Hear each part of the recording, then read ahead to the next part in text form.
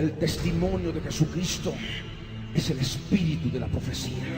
Now in a time of computers, and God is living somewhere in Seattle and preparing the next issue of Microsoft. Did you say God is living somewhere in Seattle? Yes. 1957, Tzahal, el ejército de Israel, se retira del Sinaí por presión de las Naciones Unidas y de las grandes potencias. 1957, terror en las fronteras. Siria ataca el Kibbutz Gadot. 1958, Israel y Egipto confederadas. La seguridad de Israel amenazada. Quinto jefe del Estado Mayor. Gran tensión ante el desfile de Tzahal en Jerusalén. 1959, estado de casi guerra por un error en un ejercicio de movilización. Egipto confisca productos israelíes en el canal de Suez. 1960, Israel reconoce haber construido un reactor de energía atómica. 1961, llegan los primeros aviones Mirage franceses.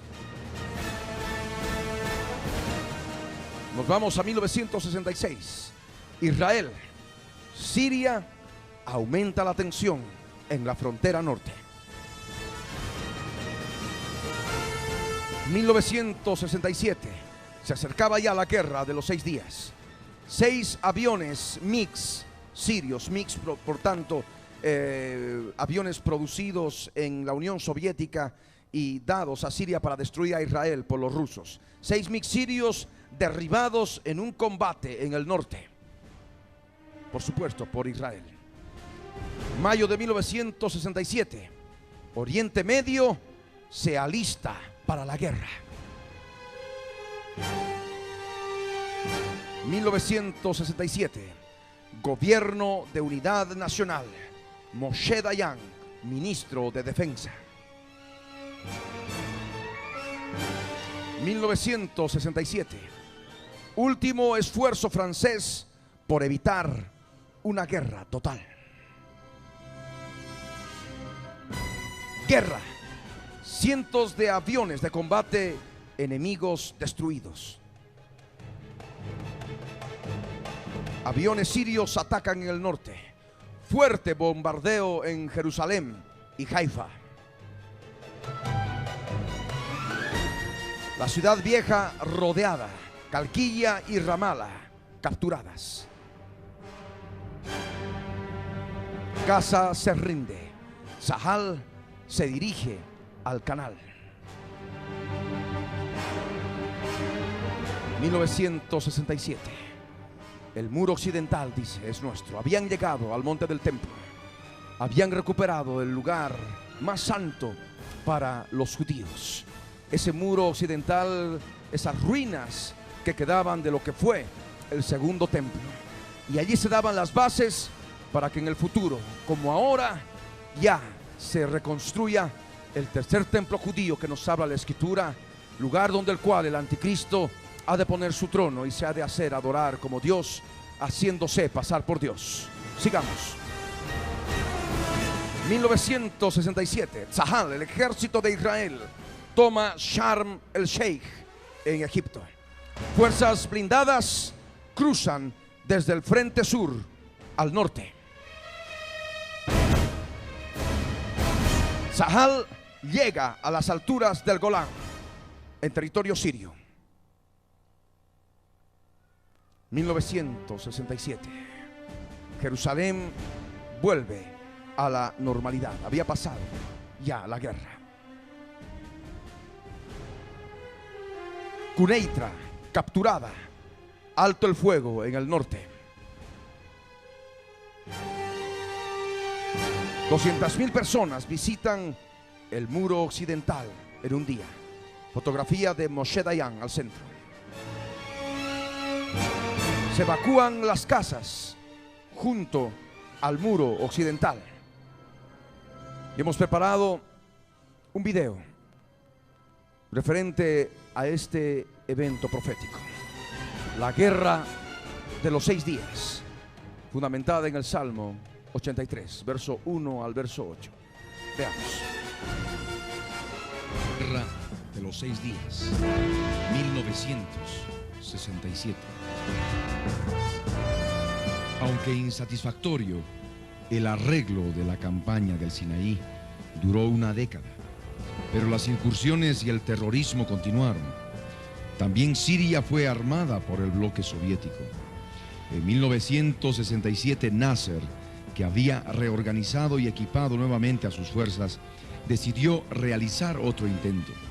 El 15 de mayo militarizó otra vez el Sinaí y trasladó allí 100.000 hombres y fuerzas blindadas, al mismo tiempo que ordenaba la salida de las tropas de las Naciones Unidas, que acataron la orden. El 22 de mayo bloqueó de nuevo Aqaba, cerrando los estrechos de Tirán a la navegación israelí. 8 días después se ajustó el Dogal, pues el rey Hussein de Jordania firmó un acuerdo militar en el Cairo.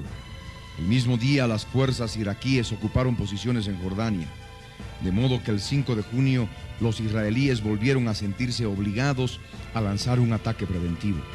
Esa mañana destruyeron prácticamente en tierra toda la fuerza aérea egipcia. Jordania y Siria juzgaron mal el éxito de Israel y entraron en la guerra del lado de Egipto. Como respuesta, Israel se sintió en libertad de eliminar lo que, para ella, eran las peores anomalías dejadas por la guerra de la independencia. El 7 de junio los israelíes se apoderaron de la ciudad de Jerusalén y de ese modo consiguieron que Jerusalén entera fuese su capital. Al fin del día siguiente, Israel había ocupado toda Cisjordania. Durante los 2 días posteriores, tomó por asalto los altos del Golán en Siria y fijó posiciones a solo 48 kilómetros de Damasco. Al mismo tiempo volvió a ocupar todo el Sinaí. Como resultado de la guerra de los 6 días, por primera vez Israel había conseguido fronteras defendibles, así como la capital y una porción destacada de su herencia histórica.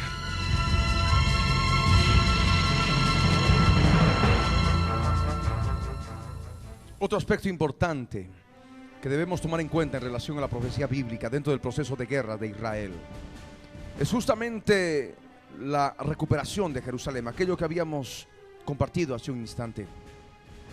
Acá en el libro del profeta Isaías, en el capítulo 66, verso 8 al verso 10, nos dice: ¿quién oyó cosa semejante? ¿Quién vio tal cosa? ¿Concebirá la tierra en un día? ¿Nacerá una nación de una vez? Pues en cuanto Sión estuvo de parto, dio a luz sus hijos. Yo que hago dar a luz, no haré nacer, dijo el Señor. Yo que hago engendrar, impediré el nacimiento, dice tu Dios. Alegraos con Jerusalén y gozaos con ella, todos los que la amáis. Llenaos con ella de gozo, todos los que os enlutáis por ella. Sabemos que costó muchas vidas poder conquistar Jerusalén, sobre todo aquella parte en la cual estaba el monte del templo, el muro occidental, el resto del segundo templo judío. Y de esta manera la profecía se estaba cumpliendo. En la guerra de los 6 días, el ejército de Israel recuperó Jerusalén. No podíamos considerar una nación reverdecida, una nación restaurada como Israel, sin que tenga Jerusalén en forma completa como su capital y teniendo dominio pleno sobre el monte del templo, sobre todo lo que queda del monte del segundo templo, el muro de las lamentaciones. Inmediatamente terminada la guerra, se empezaron a destruir las casas que estaban hacia ese muro y se hizo una explanada grande para que de esa manera las personas, los judíos, pudieran acercarse a orar a lo que se denomina comúnmente el muro de las lamentaciones o el muro de los lamentos. La palabra decía: alegraos con Jerusalén. Y se gozaron verdaderamente, lloraron. Ahí estaba el rabino Shlomo Goren en aquellos días. con un cuerno de carnero traído por un prisionero del campo de concentración de Belsen. Llamó a todos para que pudieran orar frente a esas grandes piedras del muro de los lamentos. Trajeron la Torá, trajeron lo que es para nosotros el Pentateuco, y de esa manera estaban todos ellos gozosos. Cantaron Jerusalén de oro, Jerusalén shel Zahab. Se gozaron todos aquellos que estaban dispuestos a conocer la verdad de su Dios al fin de los días. Sabemos que Salomón Goren ha sido uno de los principales impulsores desde aquel tiempo para poder edificar el tercer templo judío, y hay muchos como él ahora que están impulsando este detalle y forman parte de un partido político, el partido político Shas, que está claramente controlado dentro de la organización de ese partido en Israel por el Consejo de los Sabios de la Ley, formado por judíos sacerdotes levitas, judíos sacerdotes ultraortodoxos, que en comunicación con instituciones como el Instituto del Templo en Jerusalén, Israel, van promoviendo todo aquello que ha de ser necesario para edificar el tercer templo judío. Las yeshivas, las escuelas para sacerdotes, donde hay cerca de 67,000 estudiantes preparados para oficiar en lo que ha de ser dentro de poco tiempo el tercer templo judío. Si hablamos de reconstrucción del tercer templo, tenemos que hablar de Jerusalén. Si hablamos de Jerusalén, tenemos que hablar de la reconquista de la ciudad de Jerusalén al fin de los días. Veamos este video.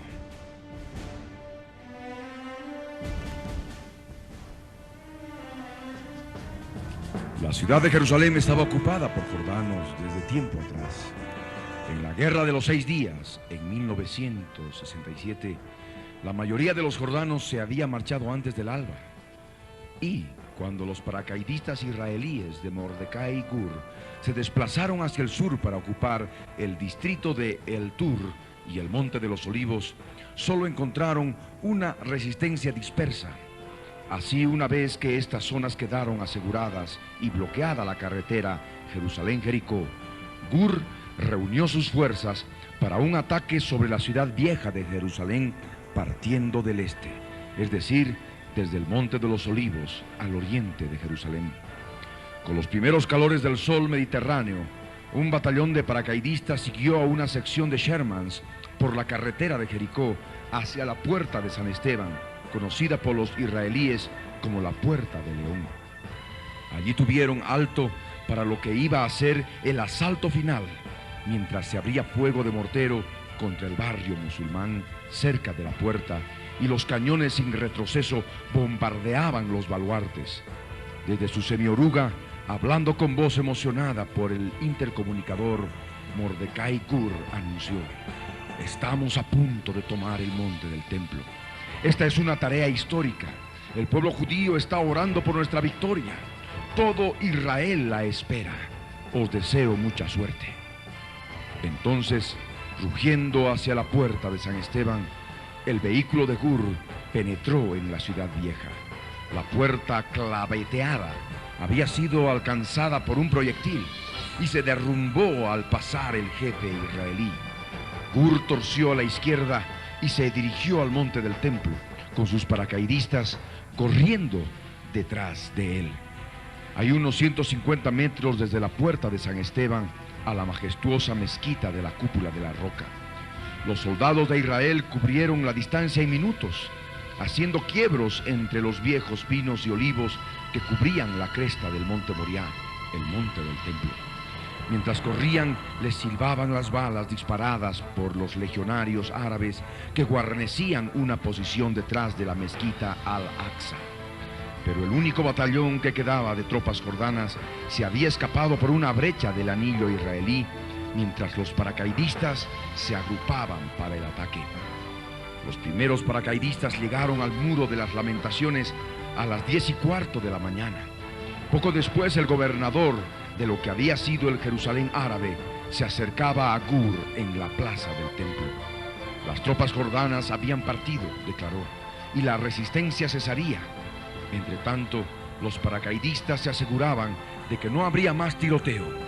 Al desplegarse en abanico para registrar y ocupar la ciudad vieja de Jerusalén, los altavoces convocaban a los supervivientes para que salieran de sus refugios y se rindieran.